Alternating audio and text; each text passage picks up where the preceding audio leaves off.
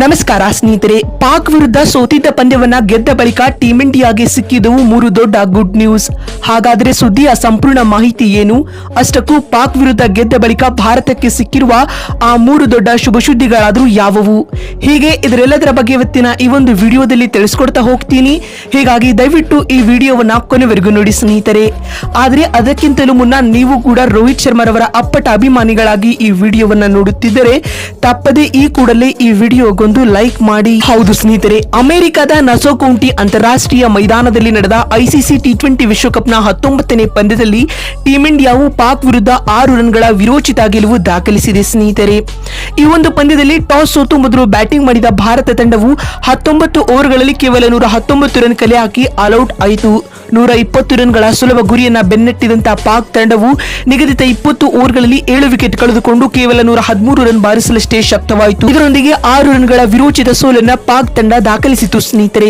ಇದೀಗ ಪಾಕ್ ವಿರುದ್ಧ ಗೆದ್ದ ಬಳಿಕ ಭಾರತ ತಂಡಕ್ಕೆ ಒಟ್ಟಿಗೆ 3 ದೊಡ್ಡ ಶುಭ ಸುದ್ದಿಗಳು ಸಿಕ್ಕಿವೆ ಸ್ನೇಹಿತರೆ. ಮೊದಲನೇ ಒಳ್ಳೆ ಸುದ್ದಿ ಬಂದ್ಬಿಟ್ಟು ಈ ಗೆಲುವಿನೊಂದಿಗೆ ಟೀಂ ಇಂಡಿಯಾವು ಸೂಪರ್ 8ರ ಹಂತಕ್ಕೆ ಕ್ವಾಲಿಫೈ ಆಗಿದೆ.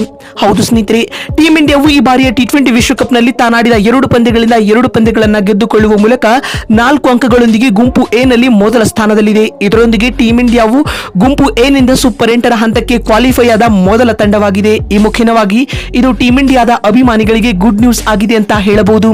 ಇನ್ನು ಎರಡನೇ ಒಳ್ಳೆ ಸುದ್ದಿ ಬಂದ್ಬಿಟ್ಟು ಅದು ಜಸ್ಪ್ರೀತ್ ಬುಮ್ರಾರವರ ವಿಚಾರವಾಗಿ. ಹೌದು ಸ್ನೇಹಿತರೆ, ಟೀಂ ಇಂಡಿಯಾದ ಘಾತಕ ವೇಗದ ಬೌಲರ್ ಆಗಿರುವ ಜಸ್ಪ್ರೀತ್ ಬುಮ್ರಾರವರು ತಮ್ಮ ಅದ್ಭುತ ಫಾರ್ಮ್ ನಲ್ಲಿದ್ದಾರೆ. ಅದರಲ್ಲಿಯೂ ಕಳೆದ ಪಾಕ್ ವಿರುದ್ಧದ ಪಂದ್ಯದಲ್ಲಿ ಜಸ್ಪ್ರೀತ್ ಬುಮ್ರಾರವರು 4 ಓವರ್ ಬೌಲಿಂಗ್ ಮಾಡಿ 3.5ರ ಎಕಾನಮಿಯಲ್ಲಿ ರನ್ ಬಿಟ್ಟು ಕೊಟ್ಟು 3 ವಿಕೆಟ್ ಗಳನ್ನ ಕಬಳಿಸಿದರು. ಅಲ್ಲದೆ man of the match award ಕೂಡ ಬಾಚಿಕೊಂಡರು. ಬುಮ್ರಾರವರ ಈ ಅದ್ಭುತ ಆಟವು ಟೀಂ ಇಂಡಿಯಾದ ಅಭಿಮಾನಿಗಳಿಗೆ ಸಂತಸವನ್ನ ತರಿಸುತ್ತಿದೆ ಸ್ನೇಹಿತರೆ. ಇನ್ನು ಮೂರನೇ ಹಾಗೂ ಕೊನೆಯ ಒಳ್ಳೆ ಸುದ್ದಿ ಬಂದ್ಬಿಟ್ಟು ಅದು ರಿಷಬ್ ಪಂತ್ ರವರ ವಿಚಾರವಾಗಿ. ಹೌದು ಸ್ನೇಹಿತರೆ, ಟೀಂ ಇಂಡಿಯಾಗೆ ಹಲವು ತಿಂಗಳ ಬಳಿಕ ಕಂಬ್ಯಾಕ್ ಮಾಡಿದ ರಿಷಬ್ ಪಂತ್ ರವರು ತಮ್ಮ ಅದ್ಭುತ ಹಾಗೂ ರೆಡ್ ಹಾಟ್ ಫಾರ್ಮ್ ನಲ್ಲಿದ್ದಾರೆ. ಕಳೆದ 2 ಪಂದ್ಯಗಳಲ್ಲಿಯೂ ಉತ್ತಮವಾದ ಆಟವನ್ನಾಡುವ ಮೂಲಕ ಟೀಂ ಇಂಡಿಯಾಗೆ ಆಸರೆ ಆಗುತ್ತಿದ್ದಾರೆ. ಪಂತ್ ರವರ ಈ ರಣಾರ್ಭದ ಇನ್ನಿಂಗ್ಸ್ ಟೀಂ ಇಂಡಿಯಾದ ಅಭಿಮಾನಿಗಳಿಗೆ ಗುಡ್ ನ್ಯೂಸ್ ಆಗಿದೆ ಅಂತ ಹೇಳಬಹುದು. ನೋಡಿದ್ರಲ್ಲ ಸ್ನೇಹಿತರೆ, ಪಾಕ್ ವಿರುದ್ಧ ಭಾರತ ಗೆದ್ದ ಬಳಿಕ ಟೀಂ ಇಂಡಿಯಾಗೆ ಸಿಕ್ಕಿರುವ 3 ದೊಡ್ಡ ಗುಡ್ ನ್ಯೂಸ್ಗಳು ಯಾವುವು ಅಂತ ತಿಳಿಸಿಕೊಡುವ ನಮ್ಮ ಈ ಪ್ರಯತ್ನ ನಿಮ್ಗೆ ಇಷ್ಟವಾಗಿದ್ದಲ್ಲಿ ತಪ್ಪದೇ ಈ ಕೂಡಲೇ ಈ ವಿಡಿಯೋಗೊಂದು ಲೈಕ್ ಮಾಡಿ. ವಿಡಿಯೋವನ್ನ ಇಲ್ಲಿವರೆಗೂ ನೋಡಿದ್ದಕ್ಕಾಗಿ ಧನ್ಯವಾದಗಳು. ಮತ್ತೊಂದು ವಿಡಿಯೋದಲ್ಲಿ ಸಿಗ್ತೀನಿ. ಅಲ್ಲಿವರೆಗೂ ನಮಸ್ಕಾರ, ಧನ್ಯವಾದಗಳು ಸ್ನೇಹಿತರೆ.